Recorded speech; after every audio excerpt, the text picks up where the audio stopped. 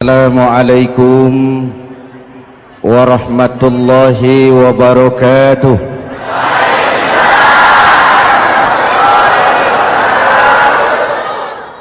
Alhamdulillah wassalatu wassalamu ala Rasulillah Sayyidina Muhammad ibn Abdullah wa ala alihi wa sahbihi wa mawala, amma ba'du.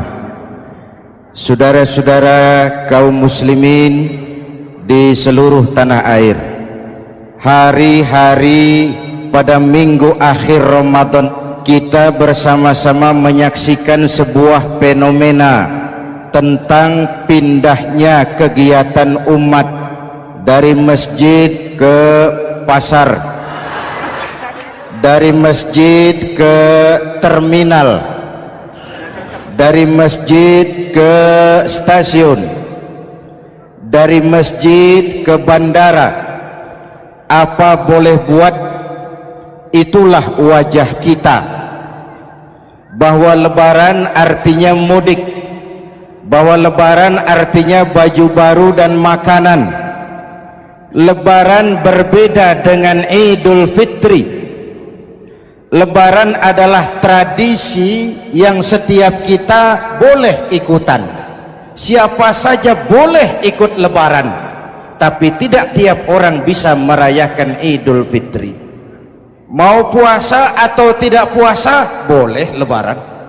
Tidak dilarang sama petugas keamanan. Mau ibadah Ramadan atau tidak melaksanakan ibadah Ramadan, boleh ikut lebaran.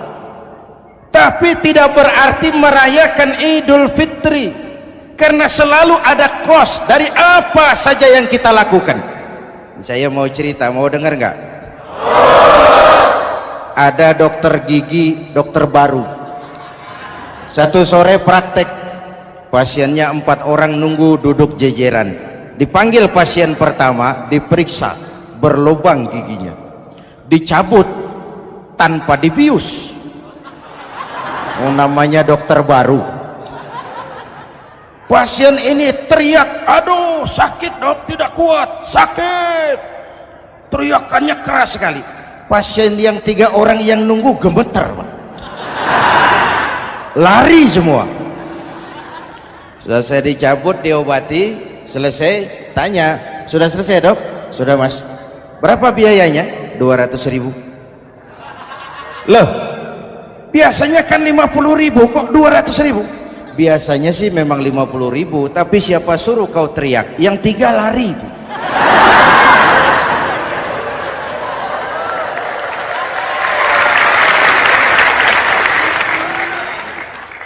Cerita pendek ini ingin berpesan kepada kita, selalu ada ongkos yang harus kita bayar dari apa saja yang kita lakukan.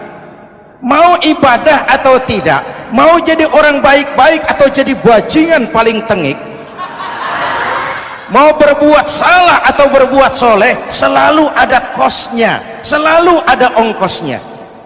Kita bicara kembali kepada fitrah, Idul Fitri. Bagaimana caranya? Pertama, saya ingin mengutip bagian pendek dari ayat 185 Al-Baqarah. Walitukmilul iddata walitukabbirullaha ala ma hadakum wala'allakum tashkurun. Ada 4 hal dari cuplikan ayat pendek ini. Pertama, walitukmilul iddata, hendaknya engkau sempurnakan jumlah bilangan hari puasamu. Berpuasa sebulan penuh. Sebulan penuh itu bisa 29, bisa 30. Pak, kalau beda pendapat bagaimana? Ada yang lebaran tanggal 5, ada yang lebaran tanggal 6. Hadirin, bagi yang punya kemampuan berijtihad, silahkan melakukan ru'yatul hilal. Bagi yang tidak, lebih aman ikut pesan Nabi. Apa pesan Nabi? Fa iza ikhtalaftum fa alaikum bisawadil a'zam ma'al haqqi wa ahlihi. Kalau kamu berbeda pendapat, ikut golongan terbanyak yang benar dan ahlinya. Jadi walaupun banyak, kalau tidak benar dan bukan ahlinya, tidak usah ikutin. Banyak benar dan ahlinya. Contoh, 100 insinyur berbeda pendapat dengan 10 kiai tentang doa kunut. Yang diikuti pasti 10 kiai, bukan 100 insinyur. Betul? Atau sebaliknya, 10 insinyur berbeda dengan 100 kiai tentang konstruksi jembatan. Yang diikuti tentu 10 insinyur, benar dan ahlinya. Maka yang paling aman, kita punya departemen agama. Departemen agama punya ahli dari MUI, dari Nahdlatul Ulama, dari Muhammadiyah, dari Al-Wasliyah, dari Syarikat Islam, dikumpulkan melakukan ru'yatul hilal. Yang paling aman, dengeri saja pengumuman departemen agama.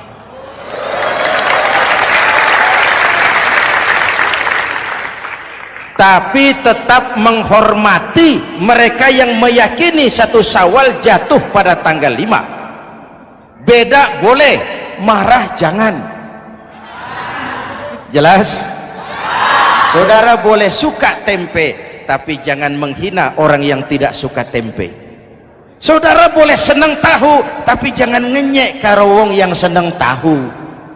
Hadirin yang saya hormati, walitukmilul iddata, kalau mau kembali kepada fitrah, sempurnakan jumlah bilangan hari puasamu. Makna sempurnakan di sini 2, sempurnakan 1 bulan penuh dan sempurnakan semangat puasamu. Walaupun Ramadan berakhir, puasa jangan selesai. Kenapa? Tangan kita masih tetap terus puasa dari mengambil yang bukan milik kita. Lidah kita walaupun Ramadan sudah selesai tetap berpuasa dari memfitnah dan menggunjing orang lain. Kaki kita walaupun Ramadan sudah selesai tetap puasa dari berjalan ke tempat yang tidak baik. Perut kita tetap berpuasa dari kemasukan barang-barang yang haram. Sempurnakan semangat puasamu. Sikap disiplin, sikap jujur, merasakan kehadiran Allah dekat dalam hidup. Nih contoh ringan, tadi waktu asar dan zuhur saudara sholat apa tidak? Sholat. Waktu sebelum sholat kan berwudu, ketika berwudu kan berkemur. Umpama waktu berkemur itu saudara korupsi, sedikit saja airnya saudara minum, saya yakin jangankan petugas keamanan, teman wudhu sebelah pun tidak akan tahu kalau waktu berkemur saudara korupsi.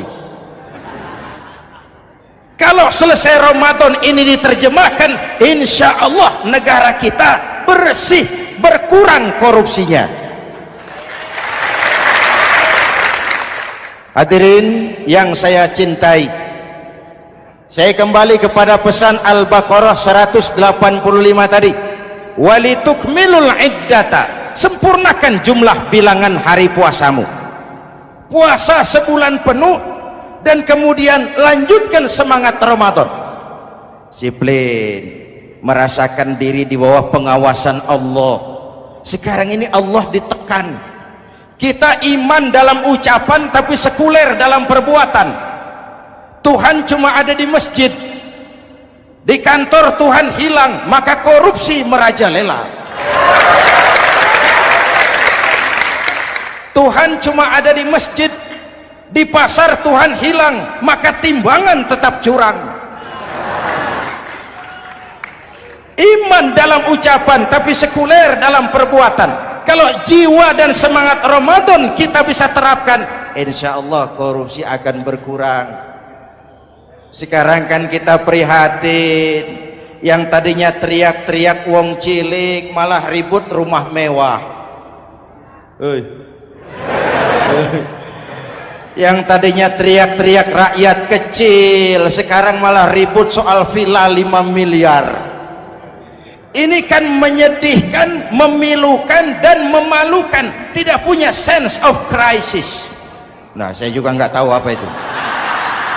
Udah dengerin aja, kenapa sih? usil bener. Padahal ekonomi kita masih terpuruk, lapangan kerja sulit, jumlah pengangguran rata-rata 2 juta orang per tahun, lapangan kerja baru sulit terbuka karena investor jangankan yang dari luar mau masuk, yang di dalam siap-siap keluar. Terakhir kita dengar Sony, pabrik elektronik besar, mau cabut lagi, pindah invest ke Taiwan, menyusul pabrik silet yang di Ciputat itu. Ketika ditanya apa investasi di Cina lebih murah, tidak, dia bilang lebih mahal, cuma lebih pasti. Di Indonesia murah, cuma mejanya kebanyakan, biaya siluman, namanya siluman nggak karu-karuan, keluar uang banyak, urusan tidak pasti, capek.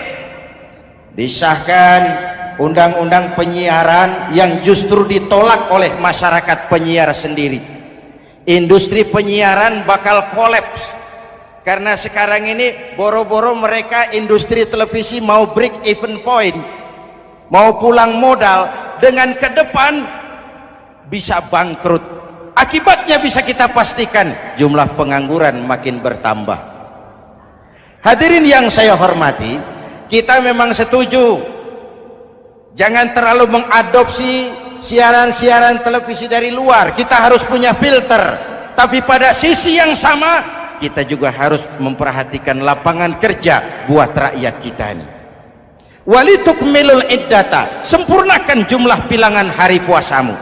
Kalau jumlah hari puasa sudah sempurna, tuntunan yang kedua dari Al-Quran, walitukabbirullah, hendaknya engkau agungkan nama Tuhanmu. Takbiran, takbiran itu bisa sendiri, bisa berjamaah, bisa di rumah, bisa di masjid, bisa di surau, bisa dengan pawai keliling, asal dilaksanakan dengan tertib dan tidak mengganggu lalu lintas umum. Prakteknya yang terjadi, pawai keliling itu mengganggu ketertiban umum, perang petasan, mengganggu lalu lintas, terjadi macam ada yang takbiran bawa bendera partai. Innalillahi wa inna ilaihi raji'un. Ini takbir politik. Hadirin yang saya hormati, kalimat takbir dalam kondisi kita, saya ingatkan kepada satu ungkapan Bung Tomo. Bung Tomo, pelaku sejarah, tokoh 10 November yang dikenal sebagai Hari Pahlawan, dalam satu pidatonya saya ingat pernah berkata, andai kata tidak ada kalimat takbir, ini ungkapan Bung Tomo, andai kata tidak ada kalimat takbir, saya tidak tahu dengan apa saya harus menggerakkan putra-putra terbaik bangsa untuk bangkit berjuang melawan penjajah.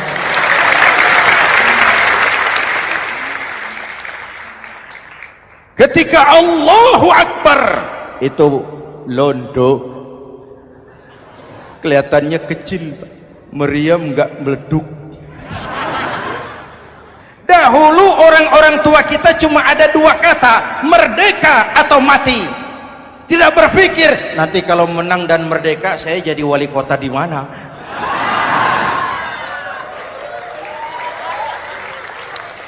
Kalimat takbir, bangsa ini harus bangkit dari keterpurukan. Bangsa ini harus bangkit mengejar ketinggalan-ketinggalannya.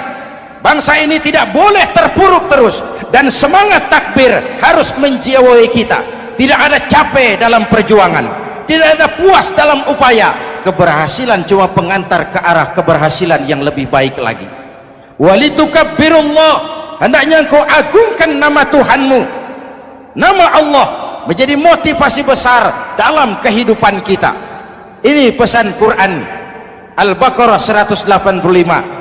Pesan kedua, setelah sempurnakan jumlah bilangan hari puasamu, agungkan nama Tuhanmu. Takbiran.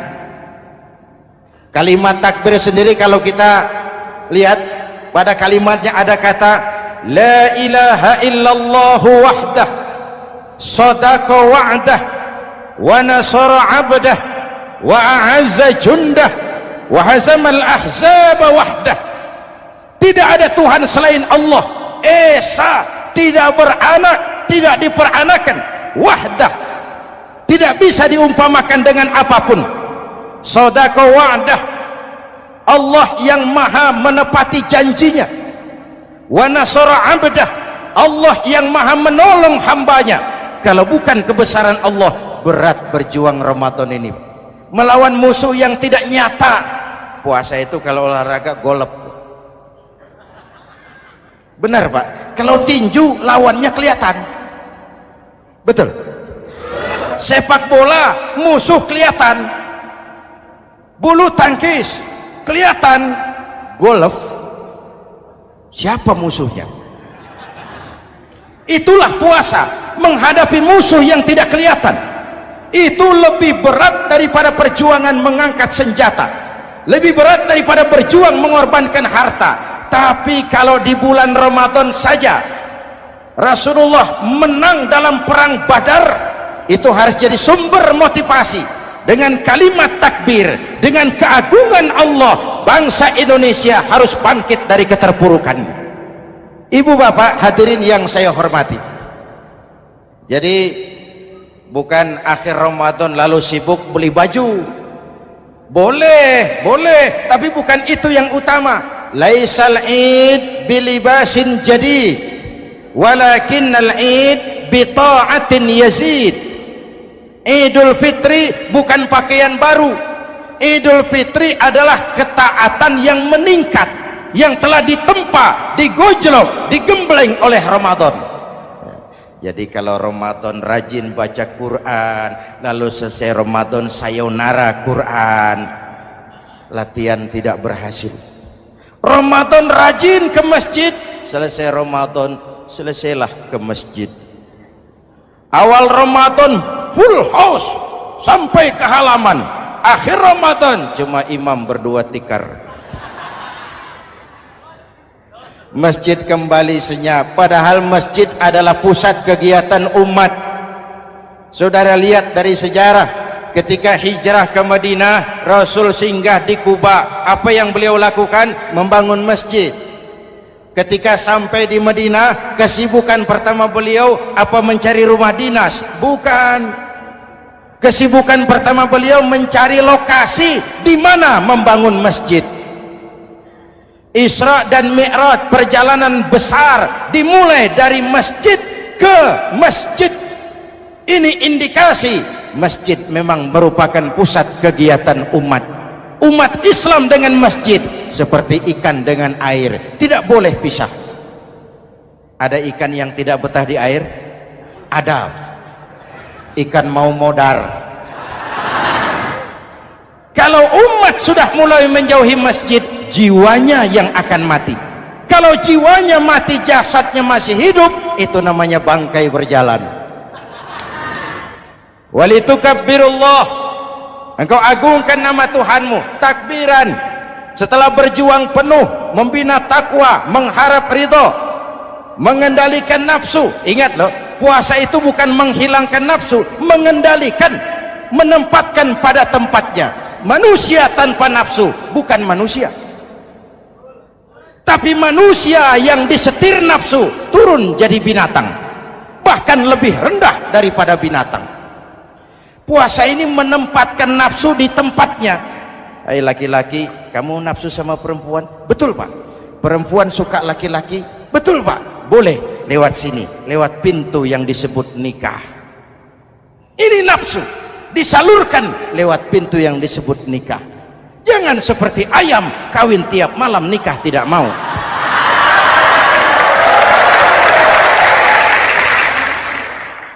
Hai manusia, nafsu kepada materi, kepengen kaya? Iya Pak, boleh. Usaha yang halal, jual beli yang halal. Wa ahallallahu al-bai'a wa harrama riba. Allah halalkan jual beli. Jangan ingin kaya lalu makan renten, ingin kaya lalu korupsi, ingin kaya lalu buka peternakan tuyul. Manusia ingin berkuasa, boleh, tapi tetap punya etika dan moral. Jangan ingin berkuasa lalu fitnah, ingin berkuasa lalu mengadu domba orang, ingin berkuasa lalu menghalalkan segala cara. Puasa menempatkan nafsu pada tempatnya. Manusia yang dikendalikan nafsu lebih puas daripada binatang. Saya punya ungkapan lama, sebuas-buasnya kerbau makanannya tetap rumput. Saya belum pernah dengar ada kerbau terlalu buas lalu makan roti. Betul? Tapi manusia kalau sudah dikendalikan nafsu, manusia bukan cuma makan nasi, aspal, semen, kertas, minumnya solar, jauh lebih buas daripada binatang.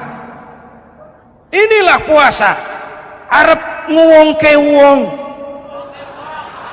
agar manusia itu jadi dirinya, fitrahnya, jangan dikendalikan oleh nafsu. Kita ini sudah diciptakan fi ahsani takwim. Hadirin, yang ketiga pesan Al-Baqarah 185 tadi, setelah sempurna jumlah bilangan hari puasa lalu mengumandangkan takbir, membayar zakat fitrah.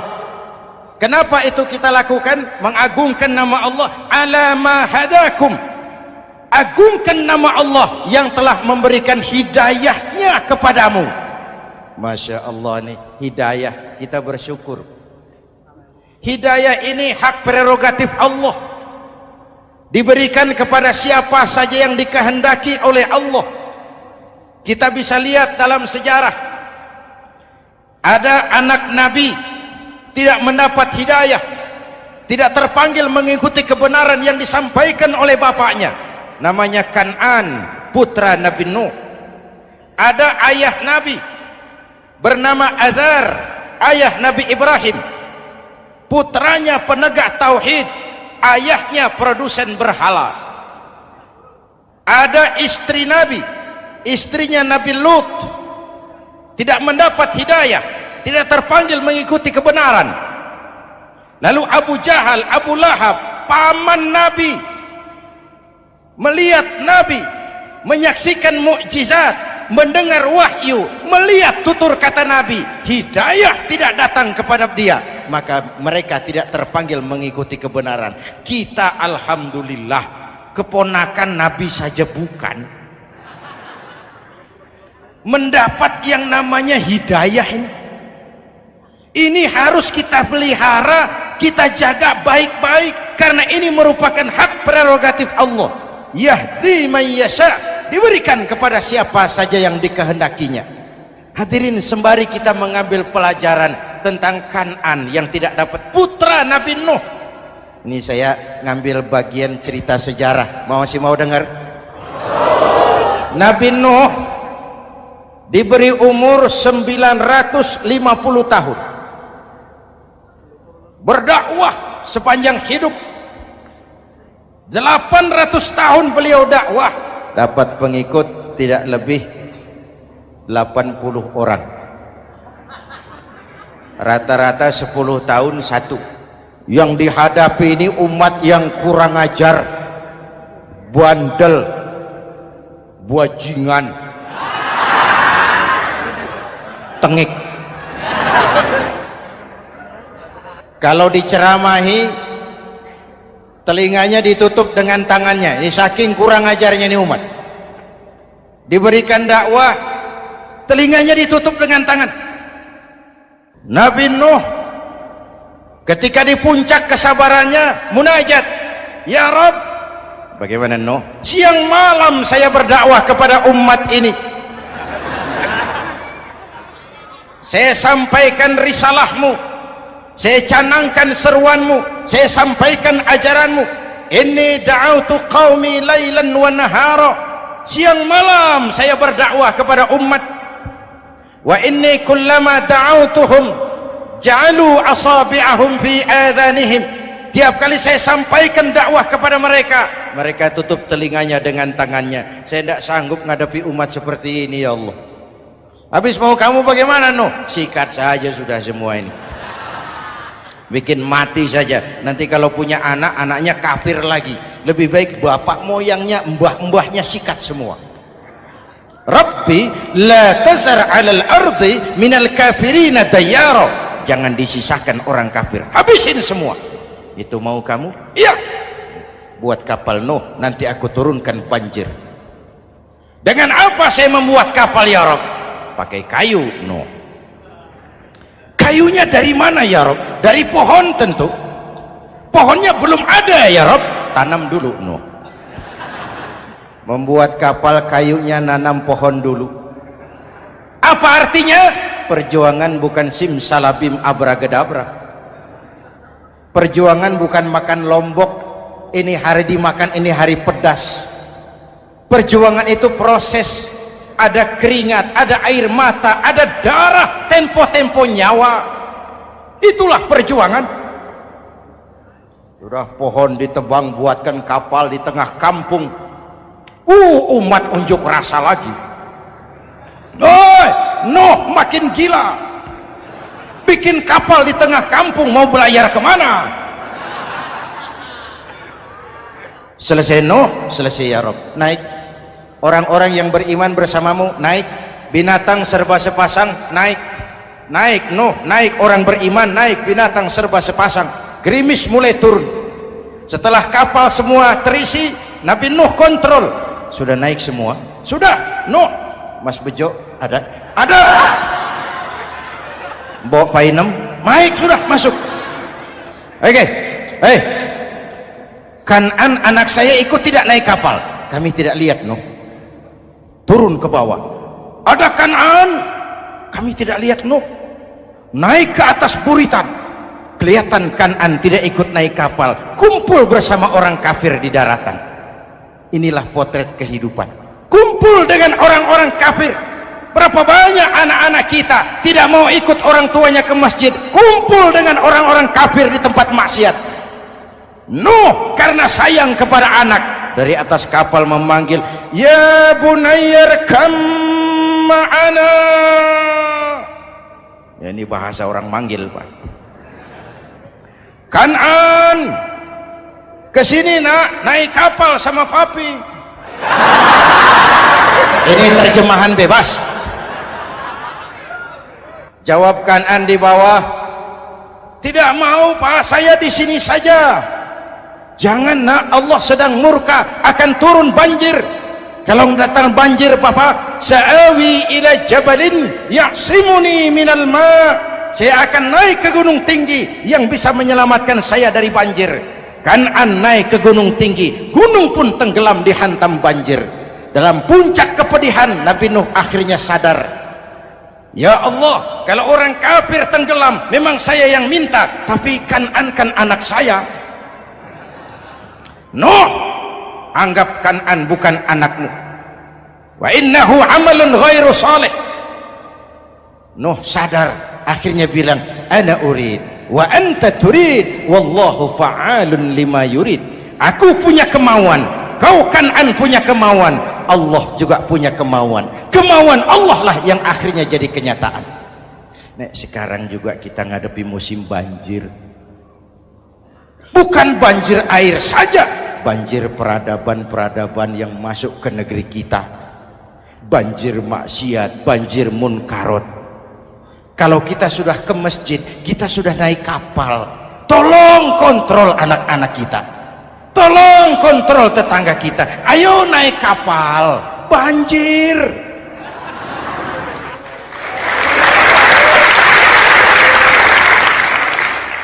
Ditutup ayat ini dengan wala'allakum tashkurun.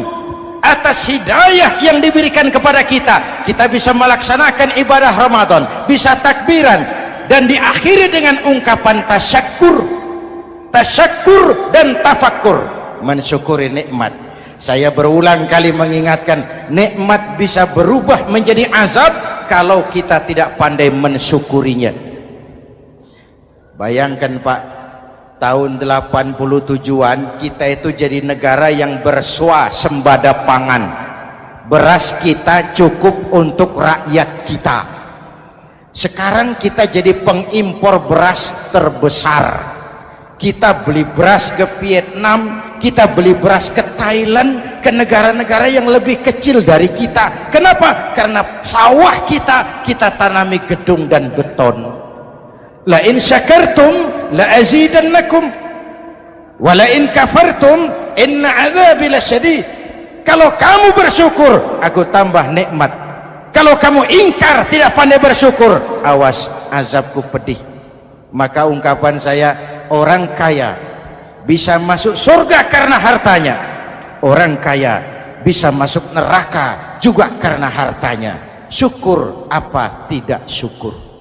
Pejabat bisa masuk surga karena jabatannya, pejabat banyak yang masuk neraka juga karena jabatannya. Syukur apa tidak syukur?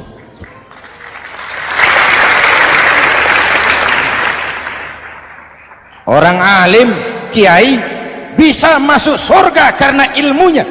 Orang alim pun bisa masuk neraka lebih dulu dari penyembah berhala juga karena ilmunya. Syukur apa tidak syukur? Kasih jabatan sebagai pemimpin lalu menyadari sayyidul qaumi khadimuhum. Pemimpin suatu umat adalah pelayan bagi umat itu. Pelayan harus melayani, bukan minta dilayani. Selama ini kita memandang jabatan itu jalan pintas menuju kaya. Jabatan itu artinya kekuasaan dan fasilitas, maka yang lahir rampok-rampok baru.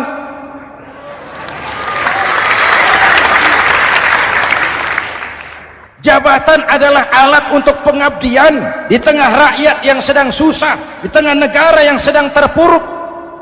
Kita memerlukan pemimpin-pemimpin yang sadar sayyidul qaumi khadimuhum. Pemimpin suatu kaum adalah pelayan bagi kaum itu sendiri.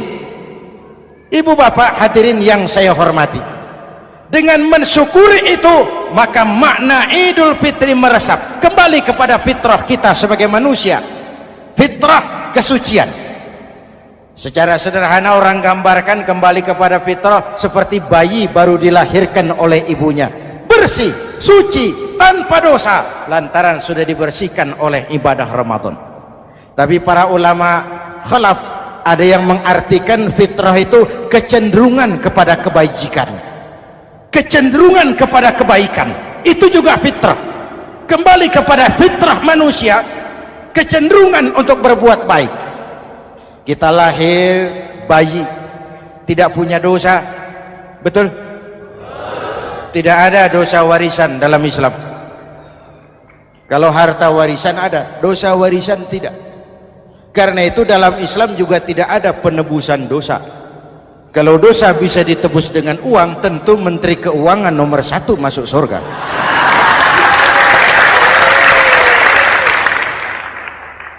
Dosa dalam Islam ditebus dengan taubat, langsung kepada Allah, sonder calo. Hadirin yang saya hormati, kembali kepada fitrah seperti bayi baru dilahirkan oleh ibunya, bersih, tidak punya dosa kepada Allah lantaran sudah dibersihkan oleh ibadah Ramadan. Soalnya kemudian kita kan tidak hanya bersalah kepada Allah, kita ini juga bergaul dengan sesama manusia, betul? Sebuah hadis, sahabat ditanya oleh Rasul, atadruna manil muflis? Saudara-saudara, tahu kamu siapa orang yang bangkrut?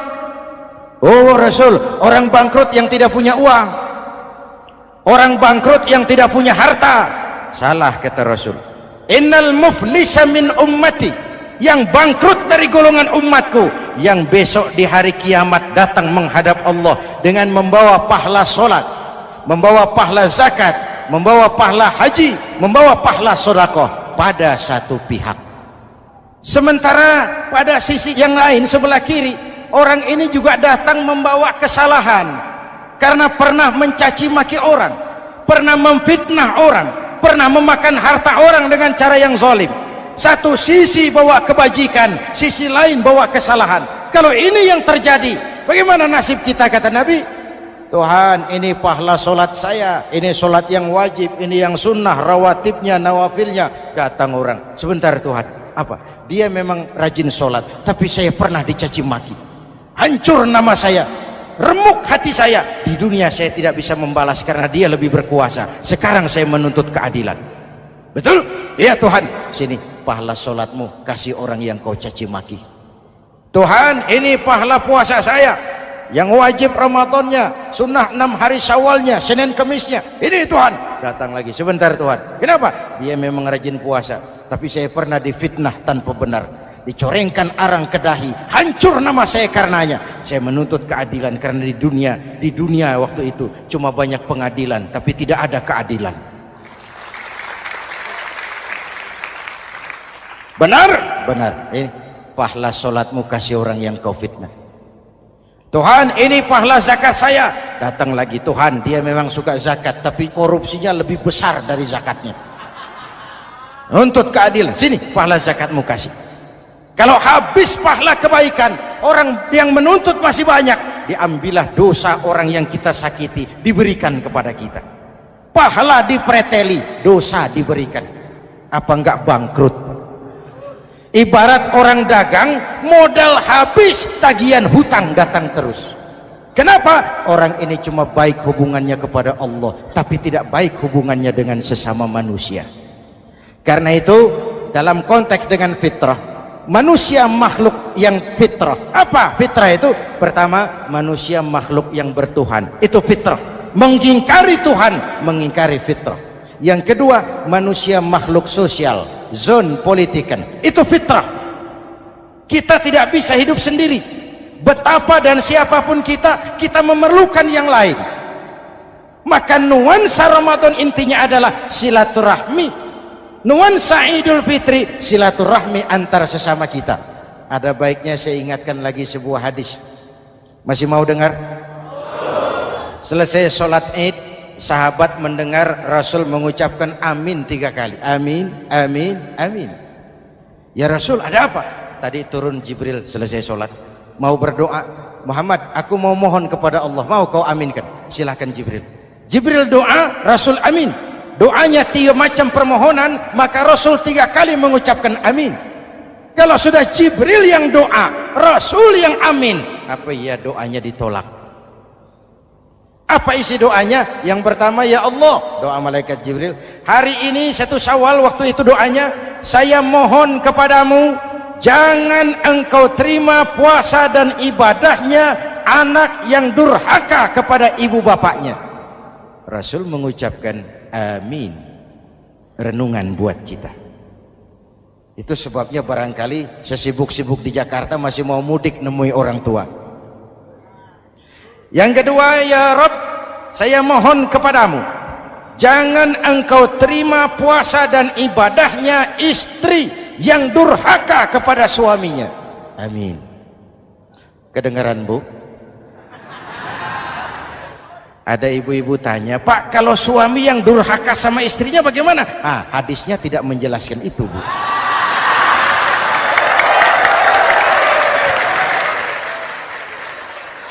Lo menang sendiri. Yang jelas suami itu presiden rumah tangga, dimintakan tanggung jawab tentang istrinya. Nah, istri swargo manut neraka kadut. Ketika pulang Isra Mi'raj saja Rasul bercerita, aku diperlihatkan neraka. Neraka ya Rasul? Iya. Lalu aku lihat isinya kok kebanyakan perempuan. Perempuan. Laki bagaimana? Laki juga tidak sedikit. Cuma kebanyakan perempuan. Ya Rasul, apa mereka tidak sholat? Sholat. Apa mereka tidak ngaji? Oh, rajin mereka sama suaminya.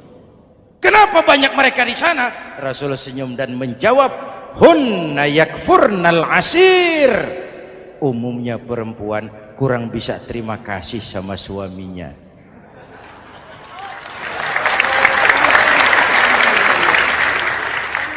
Ini penyakit turunan. Oi, ngaku oi. Lalu yang ketiga, ya Allah, hari ini saya mohon kepadamu, jangan engkau terima puasa dan ibadahnya muslim yang tidak mau memaafkan sesama saudaranya muslim. Memaafkan lebih berat daripada meminta maaf, tapi memberi maaf lebih mulia daripada meminta maaf. Inilah nuansa mengembalikan semangat saling menghargai, saling mencintai, keutuhan, kerukunan, dan kedamaian. Sudah capek kita rakyat dengan konflik. Sudah capek kita dengan mengedepankan perbedaan dan bukan persamaan. Sudah waktunya kita berbeda tapi tetap bergandengan, tetap bersama menyongsong hari esok yang lebih baik.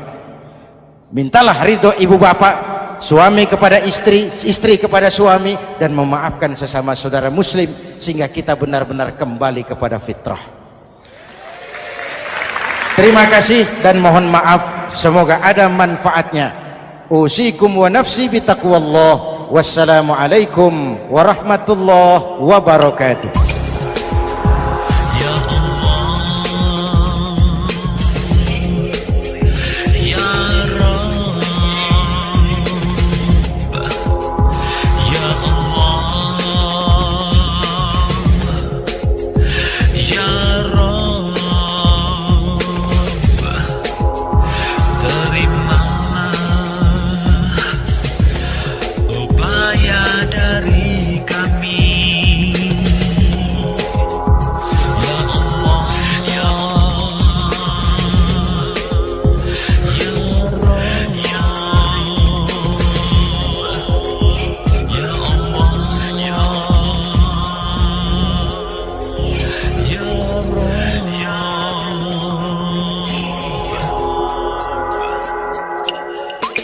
Ikhwan dan akhwat yang dirahmati oleh Allah Subhanahu wa Ta'ala, demikianlah kunjungan kami dalam acara Membangun Peradaban Islam dengan siaran radio di Indonesia.